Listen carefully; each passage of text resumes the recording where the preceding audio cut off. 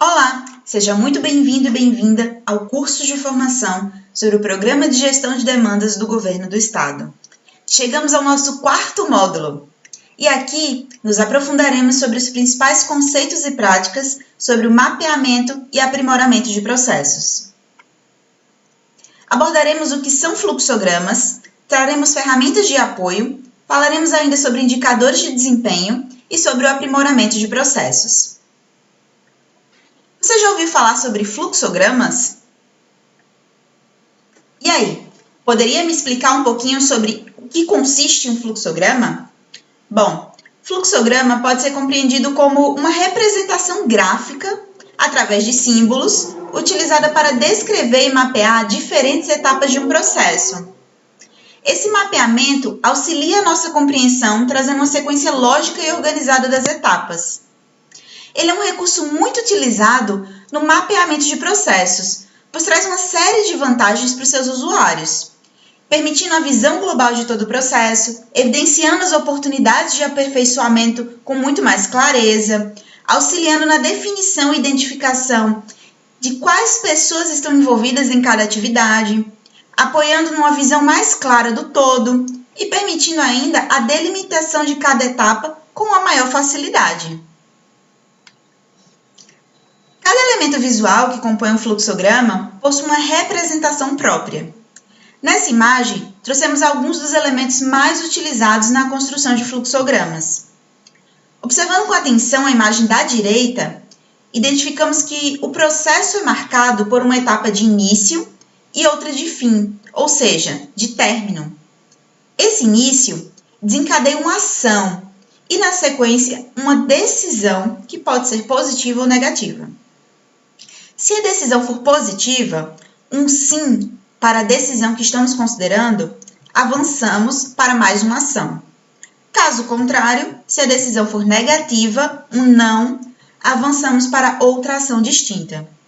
E todo esse processo é concluído com um fim. Vamos entender um pouco melhor como um fluxograma pode ser utilizado em uma situação prática? Aqui temos como exemplo uma situação muito comum na rotina doméstica de qualquer pessoa, que é tentar acender uma lâmpada e perceber que ela não está funcionando. Você saberia me dizer o que fazer? Qual é a primeira ação que vem à sua mente?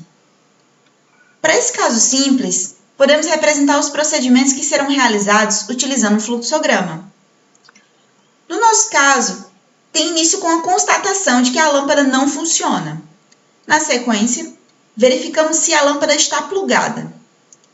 Se ela não estiver, vamos plugar a lâmpada.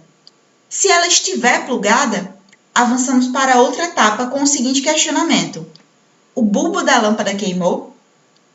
Se sim, vamos trocar o bulbo. Caso contrário, e o bulbo da lâmpada não queimou, avançamos para uma nova ação: comprar uma nova lâmpada. E assim, finalizamos o processo. Agora trazemos uma sugestão de exemplo prático para você realizar. Pause esse vídeo, pegue papel e caneta e, com base no que aprendemos até o momento, desenhe um fluxograma para o cadastro de dependentes de um servidor da UFPB. Para te auxiliar, trouxemos a definição dessa tarefa. O cadastro de dependentes é uma inclusão de dependentes por parentesco, por dependência econômica ou por determinação legal nos registros funcionais do servidor. O público-alvo dessa atividade são os servidores ativos e aposentados. E os atores e setores envolvidos são o servidor, a divisão de benefícios ao servidor e o núcleo de documentação de pessoal e informação. Vamos conferir como podemos ilustrar as etapas desse processo prático? Iniciamos identificando os 3 atores e setores envolvidos: o servidor, a divisão de benefícios ao servidor e o núcleo de documentação de pessoal e informação. Na primeira etapa, o servidor é o agente que solicita o benefício por processo eletrônico, através do sistema da instituição. Ele anexa a documentação necessária, digitalizando em formato PDF e encaminha o processo à divisão de benefícios. Então, o servidor dá início ao processo, anexando a documentação e encaminhando para a DBS. A DBS, por sua vez, analisa a documentação exigida.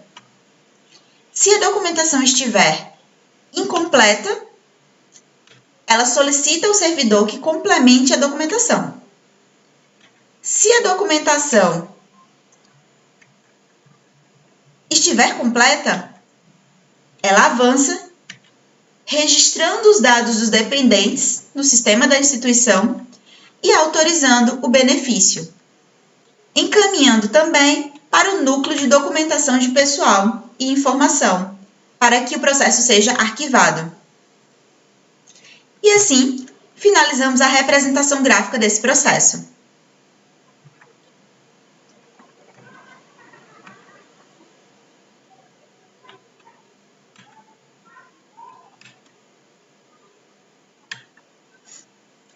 Vamos conhecer algumas ferramentas de apoio que nos auxiliarão no mapeamento de processos? Bom, temos uma série de ferramentas gratuitas que são essenciais para o auxílio na gestão de processo. Com elas, é possível criarmos fluxogramas, mapas mentais e também mapas conceituais. Aqui trouxemos 2 exemplos de ferramentas úteis para o nosso dia a dia com gestão de processos.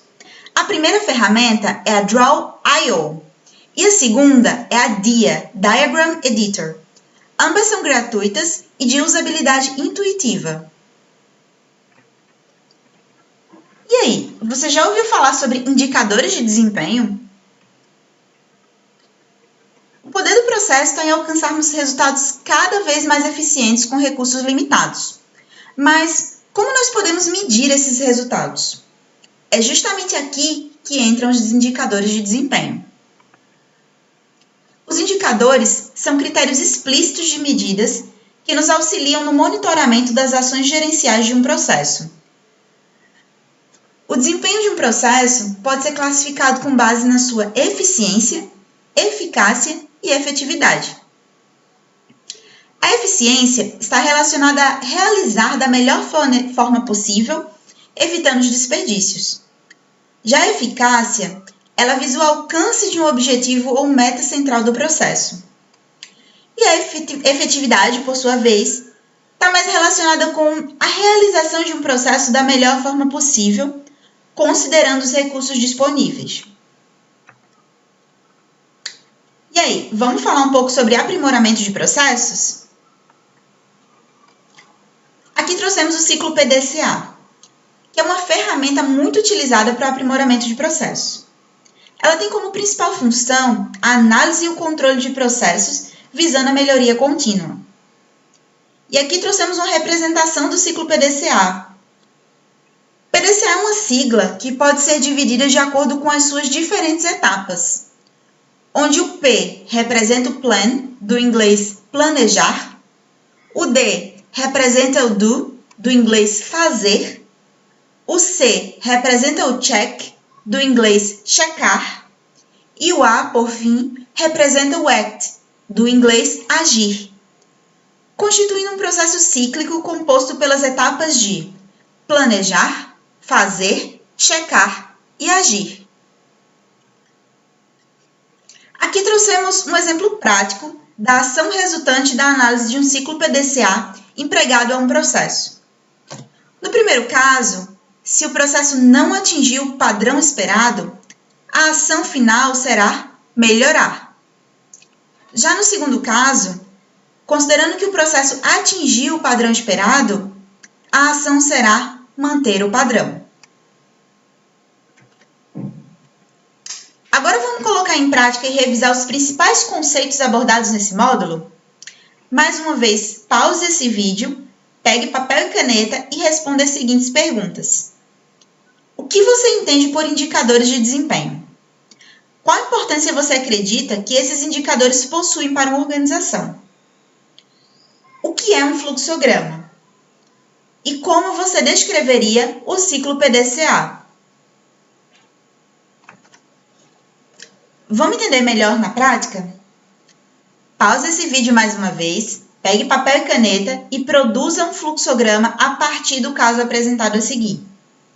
Como processo, temos a atualização de dados cadastrais do servidor, com a finalidade de manter atualizado cadastro de pessoal.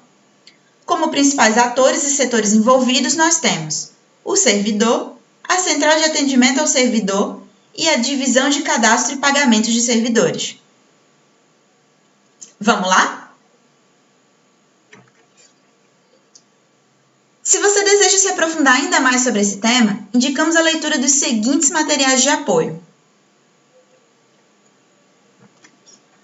Muito obrigada por nos acompanhar e até o próximo módulo!